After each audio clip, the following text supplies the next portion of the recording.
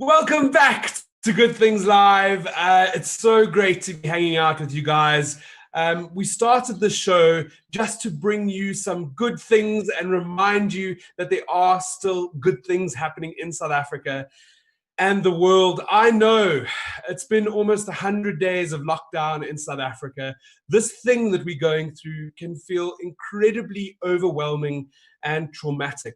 For many people, right now, is a huge thing to bear. That we are almost 100 days. A lot of people have not earned salaries. There are many South Africans who have lost their jobs, and there are many South Africans that are in need. And that need can sometimes feel like it's just way too much for one person to handle or for one person to fix. But like I said, there are good things happening in the world every single day. And just this week, one of the top trending stories on goodthingsguy.com is a story about a group of matriculants from Rondebosch High in the Western Cape who decided to use their matric ball money. So as you know, in South Africa, when we reach grade 12, we get to have these fantastic events that we put on to celebrate the fact that we've made it through school and that we're starting our adulthood as the matric farewell or matric ball.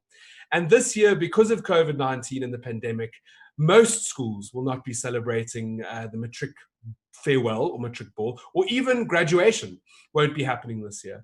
But many of these kids have saved up, and they were planning on spending their money on tuxedos and limousines and buying their dates' corsages. I don't know. I haven't been in school in a couple of years.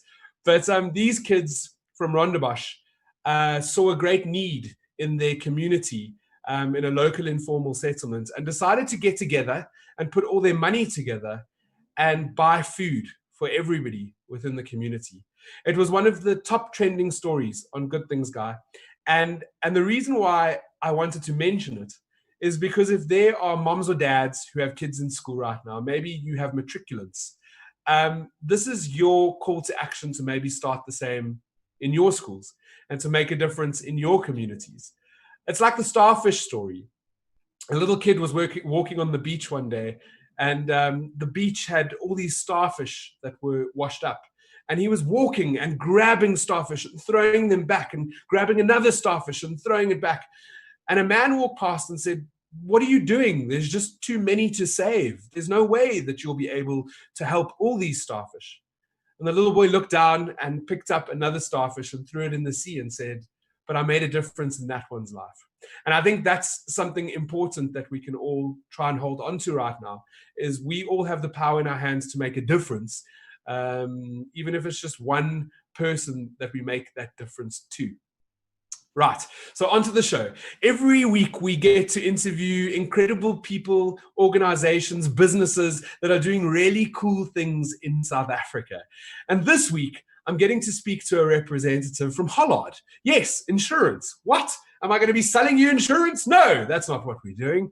Right now, we all need to wear masks in public, and we're most probably going to wear these masks for the next foreseeable future. The problem is, how do you connect with someone when most of your face is covered? I mean, a mask is literally it's your face mostly covered. Hollard believes that there's a better future, and that future starts with hello. So they've created another official languages using the masks, and it's a new way for everyone to come together while wearing these masks. Today, I've got Heidi Brouwer that's joined me from her house on a Zoom call because we're all socially distanced and safe here. And we're going to be chatting a little bit about the insurance business, like what's going on in the business world, and this incredible new language that they have created, which I'm hoping to use. It's one of the biggest things. Heidi, thank you for joining me today on Good Things Live. It's great to have you here. Oh, she's already teaching me signs. It's so good to have you here. I'm going to get into this now, but one of the saddest things for me, I'm a complete extrovert. So I get all my energy from people around me, and when I'm shopping, it says smiles, and when you get to the counter, it's all about the smiles, and at the moment, it's just that. I want to find out this new language, this unofficial official language. How did you guys come up with it? Well, so I have to feel your pain a little bit, because not only is that, but you and me with our spectacles, we get steamy as well, right? So there's no way. So it's such a great question, because the thing that you just said to me now was what a beautiful human being by the name of Justine. She's been working with Hollard for many years. She phoned me. It was a Tuesday morning, and she phoned me and she said, "Hey, I went for my run this morning, and I felt mortified. I actually get a bit weepy." She said, "Because I'm greeting people, I'm seeing them, I'm trying to connect with them, and I can't. They don't know that I'm smiling at them." She said, "Listen, Hollard, with your Hello campaign," because we've been doing a campaign called Hello, which is really trying to help South Africans see one another. She said, "Hollard is the one company that can help people say hello through masks. Can't you think of something?" And it was about 11 in the morning, and I went about my day doing what we do, working, washing, all of those things. And at about 5:30 in the afternoon, I sent a WhatsApp to Ryan McManus, who's the Chief Creative Genius Guru at VMLY and our agency. And I said to him, a simple WhatsApp. I said, "How can we help South Africans say hello from behind a mask?" And when he presents the strategy now to anybody, he puts that as a little screenshot of that WhatsApp. And he and I WhatsApped for, I don't know, about 3 hours. There may or may not have been some wine involved, because, lockdown. And by the end of the evening, we'd come up with this idea of creating another official language, because our Hello campaign is all about helping South Africans to see each other. There's so much that's differentiates us from one another, but it's so much that connects us, and we have to be connected. With so many languages, we have 11, and apparently sign language, they've approached the government to make it the 12th official. So we couldn't say we're the next official language, because that must be sign language. So we said, well, let's create another official language that South Africans can learn together. And that's how it was born. The next morning I pinged him, I said, "You slept on it, you still love it?" We still loved it. And 2.5 weeks later, another official language was officially born. Okay, so this language has been born, and I want to learn a couple of things so I can start speaking to people. And hopefully, if more people see this video, then this interview, then they'll be able to speak to each other. And I won't feel so awkward when smiling in a retail store and not getting a smile back. I've started now telling the retailers, I'm like, "Thank you so much. I'm smiling under this mask. I'm really smiling. It's me." Yeah. So I try and convey that. So if you can help me convey this a little bit easier, then let's do it together. So we mustn't forget that we've got our eyes, right? And so thanks. Let's do thanks. And we've got our whole body. So thanks. We make a nod, but we're going to make a nod. We're saying thanks, right? So thanks.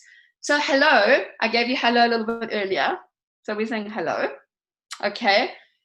When you can't believe something, you're going, "No way, no way, no way."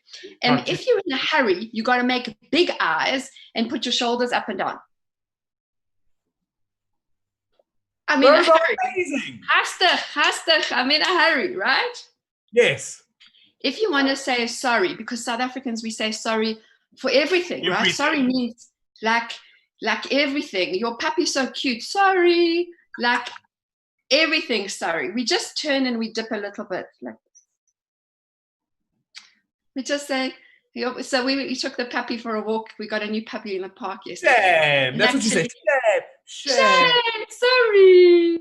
Shame. It's actually quite instinctive, right?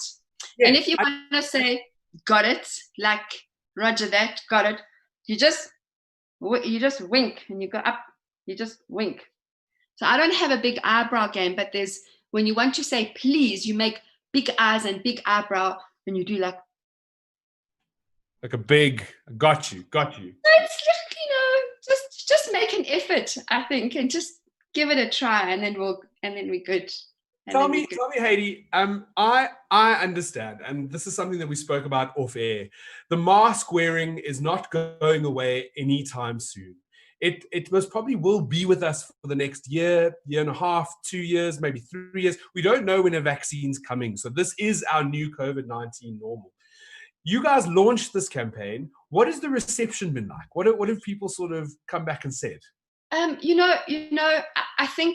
think when we created it, it was a natural follow-on from Hello. So it was interesting because lockdown happened, we had just done Daredevil Run. We were really, honestly, the angels and the gods were on our side, because Daredevil Run's really for good. Actually, I didn't see you at Daredevil Run. Okay. So we're going to pause. You remember exactly what you were saying right now, and I'm just going to explain to the viewers. So Daredevil Run is one of the best things on the Johannesburg, actually the South African calendar, because it has gone national, and there are other areas that are doing this. And it's this great concept. Well, great. Where men can take their clothes off. We all get into these purple Hollard Daredevil Speedos, and we run not far, walk, jog, all together. It's 5 kilometers. There may be drinks served along the way sometimes. We just don't know about that. But it's really fun. And it's all these guys coming together for testicular cancer and other cancers in general. It's about awareness. It's about raising awareness. I also believe that somehow, without planning it, it became about Body Beautiful as well. Because no one judges anyone. Everybody's there. Everybody's just having the best time. You got your muscle boys. You got people that are a little bit, they got the bear, they got the little tummy. You got all likes from all ages. I've run with my dad before. That we've done the run together. I've run with friends before, and this year, unfortunately, I couldn't be there. I felt really bad about that. It's only the second one I've missed, by the way. The first one I actually ran in India, because I was in India at the time. That's right. Yes. So it's the second one that I've missed. I didn't run this year, but I was heartbroken to have missed it, because it is one of the best charity awareness events on the calendar in now South Africa, that I love to be a part of. So sorry that I missed it, but that's the explanation. And back to what. Thank you for telling everybody what it's about, because it really is about raising awareness and funds for male cancers, because the female cancers get lots of airtime and coverage, and everybody knows about breast self-examination. People don't know about the male cancer. So that's what the run is about. And it was just before when COVID was starting to become a thing, and we ummed and ahed and we did it. And honestly, it was a week later, and thank God we weren't affected, or nobody was affected by it. But it was just after that, and we had just celebrated our Hollard's 40 this year, 40th birthday, and we'd had a beautiful celebration with friends and family from all over the world, again, just before lockdown. And we'd already been for 9 months doing our Hello campaign, helping South Africans see one another, because we are so magnificent, and we deserve magnificence, because we are just so special. And this lockdown thing happened, and the masks started happening, and so on. So it was a natural progression, because brands can really jump on bandwagons and just do stuff that makes you just want to cringe word. What is it? Hashtag brand fail. That's what they say. Hashtag brand fail. And and you have to ask yourself as a brand mama, and my team of brand mamas and brand papas, what should we do with our brand child? Is this the right thing to do? Yeah. But because we've been encouraging people to say hello already for 9 months, it felt like a natural progression for us. So we've only been out with the another official language for about 10 days. We went live on some digital media, literally, I think this morning, actually, which is quite exciting. And you'll see on social media and digital, the gorgeous Tsitsi Chumia, who's a comedian, has been our hello dude for the last year. And if you see Tsitsi, I mean, I look like really not anything wonderful doing my but Tsitsi is spectacular, and if he doesn't encourage you to wear your mask and to stay connected, then nobody will. So it's early days, but really this is less about the brand and more about encouraging South Africans. Just do it with love, because really wearing a mask is about love, isn't it? It's about caring for other people. It's so much bigger than you and me. The idea of wearing a mask is not about protecting me. It's about protecting those around me, those that I love. Right. And I think that's a huge point that we need to drive home, there's a lot of South Africans who are gatful now. They've gotten to the point where they're like, I've been locked down for 100 days, and like, is this thing even real? And if you go onto social media, it's like kind of crazy. And again, you and I, before the show started, spoke about how serious it is and how serious it's going to get. And because we've been locked down and locked away, it might feel like it's an arm's length away from us. But I think it's vitally important to continue wearing your masks. You don't have to wear it in your car when you're alone. You don't have to wear it in your house. But when you are out in public, we need to be putting those masks on. And this Hello campaign, this new official language that you're adding into South Africa's plethora of languages is just another way so that we can connect. You mentioned something funny. So about the running. I am exactly the same when running. And I literally, when I run past someone, I'm like, hello, how are you? It's that desperate connection with other people. When you've been locked away for so long, we do tend to want to connect to people. So I'm going to be using all of these signs as much as possible. And it doesn't matter if people think you're crazy and they don't know what you're doing. It doesn't matter. You're still touching, you're still reaching them in some way. And that's really what we want, right? Really beautiful. That's all we want, human beings. A point that you made, which I think is really, really rad as well. So you guys sent me these masks. They were sanitized and they were all good. I'm going to put it up to the screen so that everybody can see. But as it's colorful, it's bright, it's beautiful, and there is not one inkling of a brand there. You would not even know who that belongs to. And I think that is massive for a corporate that is putting money behind a campaign and doing a campaign and putting it out there, to not be putting your brand on masks and putting it out there. It drives home the message that you're doing it for the love of what it is meant to do, connect humans. And I just want to applaud you on that. Sometimes I can get sent stuff and the branding is so... Making me cry on TV. At least you have a mask to... I'm very emotional these days, aren't we? All about it comes back down to the connectivity and not being connected. Yeah.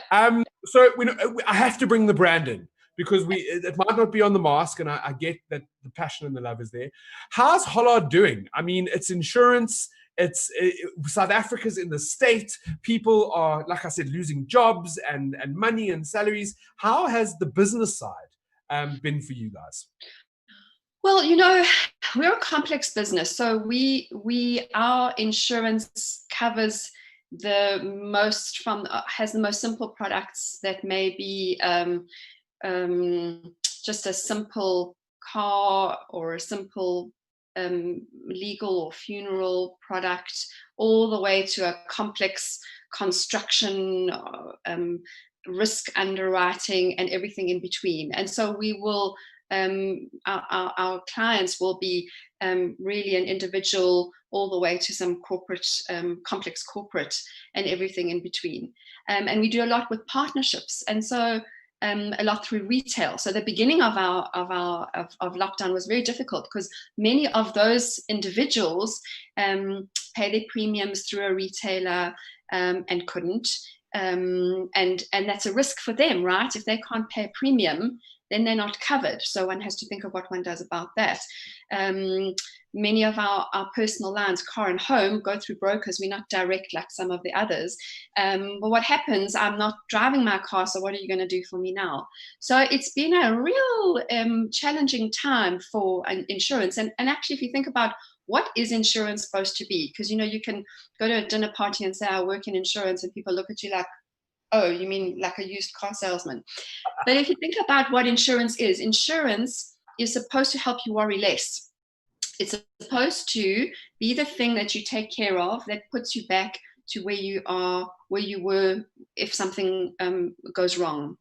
But it's challenging and it's difficult because it's complex, and human beings are complex. And who could have seen such a thing coming as this, and the consequences of it and the implications of it? So it's been very, very challenging. Also, we've had to look after holidays, right? So we get told to lock down, and we've got thousands of people on our campuses in our branches servicing these customers who need us. Now we need to get them to work home, to be safe, for their families to be safe, and work remotely while still servicing our customers, dealing with something that we could never have predicted this. So, we've done some things well and some things less well. It's unprecedented. I tell you, I have to just wipe my nose like a real human. It's unprecedented. Every time I watch our president speak on TV, and then he's lambasted for doing this too much or that not enough and that whatever, I think, Oaks, running a company, and I'm not the boss of the company, I'm just one of the people who contributes to it. But running a company or being part of running a company is hard. Running a country, can you imagine? And all the stuff is unprecedented. So business at the moment is doing some things right, some things not right. But Hollard has a huge heart. Our shareholders have huge hearts, and I'm proud to be part of a company that we've got a beautiful list of things that we're involved in. Some are direct in terms of helping people. Others are less direct. We've got a lovely partnership with the Department of Health, where we've funded 11 container clinics to try and improve testing for in sites. So we've got the 4 in Gauteng, 4 in KZN, 3 in the Eastern Cape that have gone up and are going up. Lots of corporates say, here's how much money we've given. So yes, money to the Solidarity Fund. But really, it's from little things to big things. And at the heart of it, really trying to take care of the people who are closest to us, our Hollardites and their families and everyone around. And it's tough. We're going to get some things wrong. We have got some things wrong. And this is why I love specifically, I know we brought you onto the show to speak about the new Hello campaign and the language with the masks. But I find that we're all in different boats in different storms. We're all trying to deal with this unprecedented time as best we can. And the way that certainly I deal with different challenges in my life is by hearing other people and how they've dealt with similar circumstances. So yes, you guys are quite a big corporation, but you also have just people. You're people, and there's people that work in the business, and there's people that you're servicing. So it's very interesting to hear you say the words, we've done some things right and we've done some things wrong. Isn't that exactly what the president said? Yeah, exactly. And really, you got to think about this. Look, there's some people getting things lots wrong, but let's not judge them too harshly. You just have to look every single day at the choices that you're making and make sure that you're making the wisest choices in the interest of the most amount of people. And then you have to look tomorrow morning again and make sure that you're doing that. And then the next tomorrow morning and the next and the next. Because you're going to make those decisions with a new set of data, because the information changes all the time. And so we have to not be too harsh on ourselves, but we have to hold ourselves to account as well, right? We've got to be great human beings through all of this with fluctuating information. That's all. It's a moving target, and we've established that. And every day is a little bit different. At the moment, if we look at the stats and the data, Gauteng, the infections are soaring. There's many reports coming in right now today that many hospitals are running out of beds already.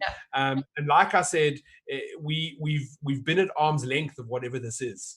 And I think now it's sort of going to start hitting home. We had one of our writers that got a positive test last week, and I'm very thankful because he's young, he's fit, and he's able to document his experience so that someone else can relate to that. Because a lot of the time, when you log onto the internet and you're like, oh, COVID-19, it's terrible. Whereas with him, his age group and where he fits, he's doing okay, and he's got like 6 days left of what is COVID, and the worst he's had is a mild headache and some nausea. But not everybody's that lucky, and not everybody's going to have those same symptoms. And for the first time, and the reason why that matters is because it's someone who's close to me that I know. And 100 days ago, I didn't know anybody really. I didn't. No. It wasn't close. And I think that the absence of this is people have been thrust into a reality that is so utterly foreign to them. You know, here's a little sneaky bit of information that you may or may not know about me. I have a degree in nursing. I did not know that. How about that? It's there. It's there on the wall. Well, pause again. I've known Haiti for years because I've been doing the Daredevil Run and all sorts of things with Hollard for years. I did not know that. That's incredible. So when I think it was so long ago, I've forgotten about it. I just check and it says so there on that certificate. So a lot of the stuff is not. Whilst I am a walking medico-legal hazard because it's been a long time, I have experience with this stuff. I've nursed people on ventilators. This science stuff is what I studied. And even then, I mean, I'm out of practice, but I do understand the need for a longitudinal study, that you can't expect scientists to understand everything about something when it's only been around for 6 months. I realize now, just talking to my girlfriends on the weekend over a cheeky tequila, which finally we can get, is that people don't understand the difference between a ventilator and just having oxygen on, and what the implications of a ventilator are. The data, the information is so absolutely foreign to us, and we're expected to get it, to understand. It's being flung at us like at a mile a minute, and people can't consume it. You don't know what to do with it. So stuff's been stigmatized. People don't want to say it, and even the language that we use, I'm COVID positive, which has connotations that you